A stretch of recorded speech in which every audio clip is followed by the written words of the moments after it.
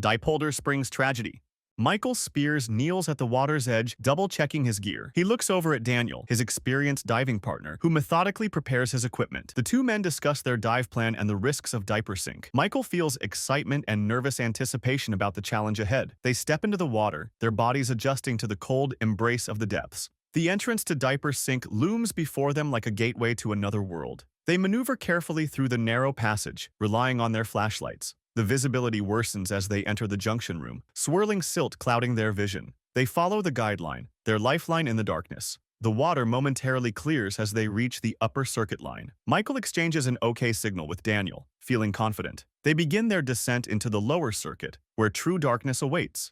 At 200 feet, the water presses against them, their breaths growing heavier. Michael starts to feel the effects of nitrogen narcosis. Daniel notices Michael drifting slightly below the guideline. Michael suddenly accelerates downward, as if drawn by an unseen force. Daniel reaches out, but Michael pushes ahead, his movements erratic. Concerned, Daniel follows, keeping his own pace steady. They pass 250 feet, where the pressure is immense. Entering the junction room, the water turns to a dense, inky blackness. Michael reaches for the guideline, but misses. He tries again, but the swirling silt obscures his vision and movement. Panic grips Michael as he turns in the wrong direction, deeper into the cave. Daniel enters the murky void and immediately loses sight of Michael. Michael flails in the water, his heart pounding as he searches for a way out. He spots a thin rope in the distance and follows it, unaware it's the wrong path. The rope leads him to the downstream ballroom, an isolated chamber. Michael's breathing becomes labored, carbon dioxide building in his system. His regulator provides air, but the creeping blackout clouds his vision. The final mistake? His buoyancy fails, and he drifts downward. Michael blacks out before he even realizes he is in danger. Daniel reaches the surface, completing his necessary decompression stops. He scans the water, desperate for any sign of Michael. Other divers arrive, sensing something has gone terribly wrong. The recovery operation begins at dawn, with expert divers assembling at the site. The first team enters, carefully navigating through the treacherous cave. At 200 feet, they switch to their deep gas supply, tracking their dive computers. The search is slow, deliberate. One wrong move could cost another life. Finally, at 241 feet, a diver's flashlight reveals Michael's motionless body. Michael lies face down, his arms relaxed, his regulator still in his mouth. There are no signs of struggle, suggesting he blacked out peacefully. His oxygen tank is still half full, a tragic irony of his final moments. The divers carefully secure his body, beginning the slow ascent. The operation takes 7 hours, each moment filled with heavy sorrow. The diving community mourns Michael's loss, reflecting on his ambition. Experts analyze the accident, concluding multiple small mistakes led to tragedy. Nitrogen narcosis, depth-induced blackout, and carbon dioxide buildup sealed his fate. If he had used a mixed gas setup, the outcome might have been different. Diaper Sink has claimed another victim, a stark reminder of the cave's dangers. As the water settles, the depths keep their secrets, waiting for the next explorer. Ellison Cave Tragedy.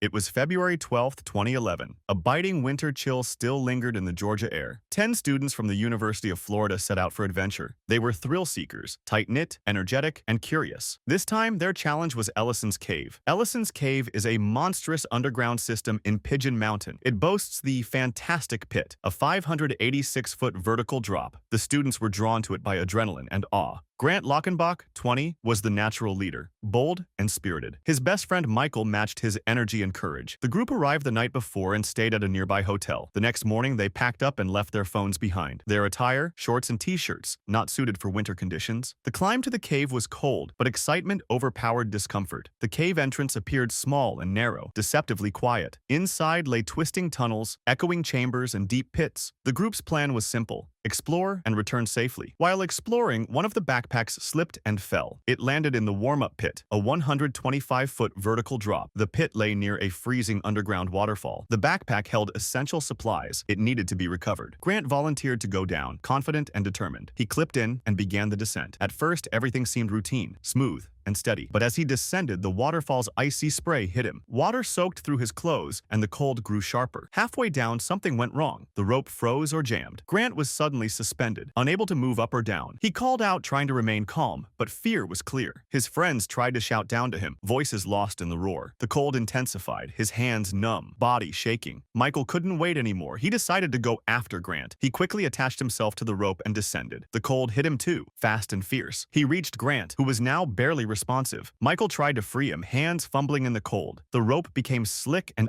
icy, difficult to manage. Michael became stuck too, two friends, hanging side by side. Water drenched them both, stealing warmth and hope. Voices from above grew desperate, pleading with no reply. Grant stopped moving. Hypothermia had set in. Michael began to fade, his breathing shallow, his voice slurred. The group above realized they needed outside help. They ran back to the car, grabbed their phones, and called 911. Rescue crews arrived, but hours had passed. It took 6 long hours to recover Grant and Michael. They were found hanging silently, lifeless in the dark. Roaring River Cave tragedy.